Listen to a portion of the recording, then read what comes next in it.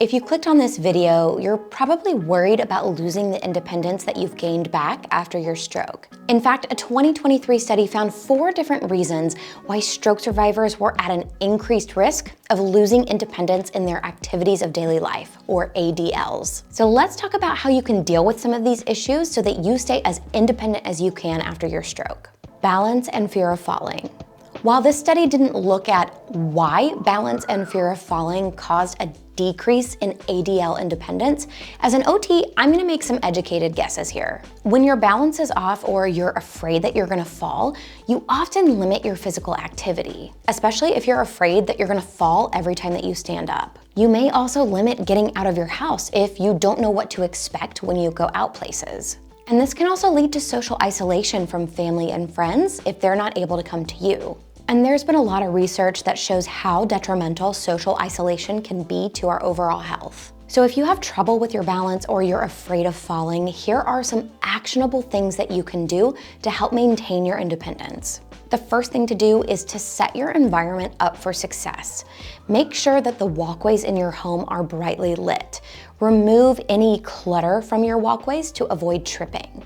Take up rugs that are a slip hazard, and make sure that you put down rugs with a rubber-backed mat in your bathroom, as well as a non-slip mat in your shower or bathtub.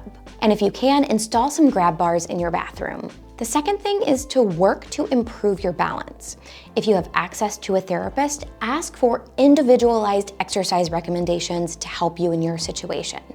If not, I have got a whole balance workouts playlist that you can go through with various different levels, sitting versus standing, to help meet you where you are in your recovery. Just make sure you ask your doctor before you start those. Number 3, work on overcoming your fear of falling. And I recognize that this is far easier said than done, but I actually made a video about this too, and I hope that you find it helpful.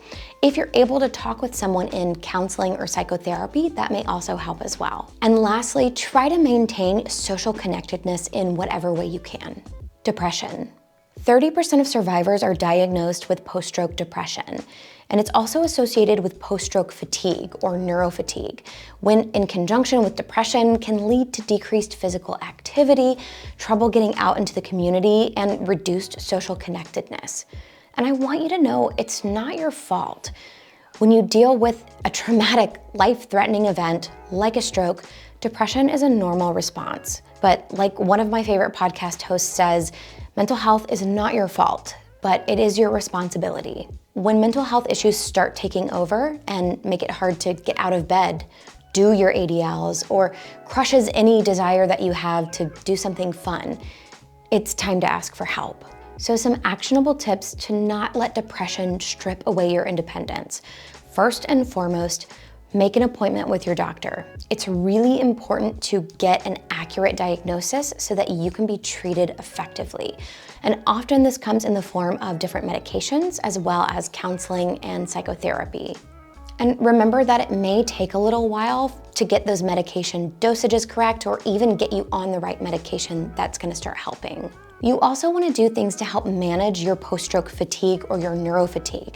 And I've got an entire video on things that you can do here that you can check out if that's something you're dealing with as well. And then of course, make sure to follow up with your doctor. If it's easier and you're able to set up telehealth appointments, that way you don't have to leave, that's even a good first place to start. Vascular risk factors. Uncontrolled hypertension or type 2 diabetes, as well as another stroke, all led to decreased ADL independence in that 2023 study. And obviously, if you have another stroke, it's probably going to contribute to more issues.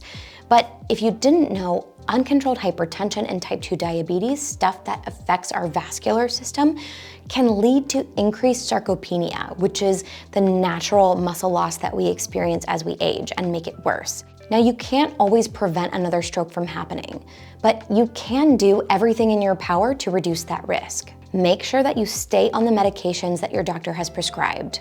Also, make sure that you get the recommended amount of physical activity prescribed by your doctor.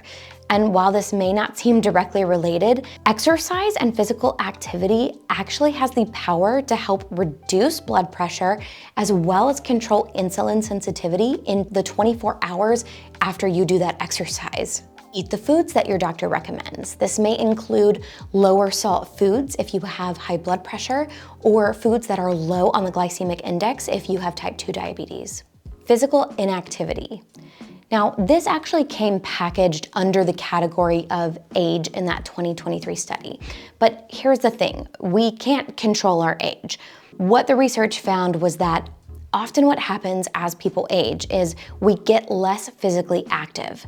This leads to decreased physical fitness, and then we also are fighting against that sarcopenia, which is the natural muscle mass loss as we age. But I recognize that there are specific challenges to being physically active after you've had a stroke, especially if you're dealing with one-sided weakness, balance issues, coordination issues, or other things that make it difficult to move. However, recognize that you can still do physically active things while sitting down. You can still do active things around your house. So actionable tips to help you stay as active as possible to help maintain your independence is, of course, try to have a structured exercise routine. And you can include your home rehab program as a part of that. But this point is even more important, and that's to keep doing as much as you're physically able to do for yourself. You may have heard the phrase, a body in motion stays in motion, or the second principle of neuroplasticity, use it to improve it, and especially as we age, to maintain it. We start losing muscle mass as early as our 30s, and we have to work to keep it. And this is especially true after a stroke if you've lost muscle mass due to that one-sided weakness because of the interruption in the brain-body communication. And lastly, apply for as much outpatient or home health therapy as you can possibly get. Now, if you're in the United States, remember that your therapy benefits start anew each year. So you can ask your doctor for a new therapy referral each year when your benefits restart. If you found this video helpful, please make sure to leave it a like, and a huge thank you to all of the donors who make videos like this possible, with a special thanks to Heather G, Ryan D, and Modus Nova in our Empowerer tier on Patreon. If you'd like to support Post Stroke too, you can click that join button or the super thanks button down in the YouTube bar below. You can make a one-time donation via PayPal or snail mail, or you can also become a Patreon member. Thank you all so much for watching. I'll see you next time.